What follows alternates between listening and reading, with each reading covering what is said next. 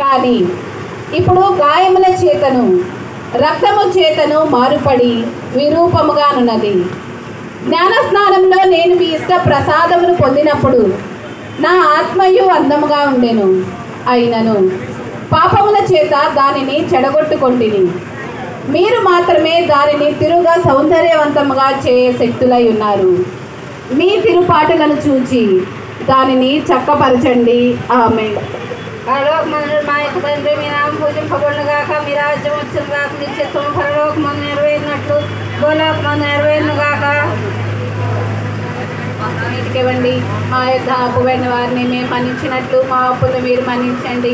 మమ్మ శోధన ఎందు ప్రవేశింపనివ్వక దేవ ప్రసాదం చేత నిన్ను మరే మా వందనము. ఏలిన వారు మీతో ఉన్నారు. స్త్రీలలో ఆశీర్వదింపబడిన వారు మీరే. మీ గర్భఫలం చేసి ఆశీర్వదింపబడిన వారికి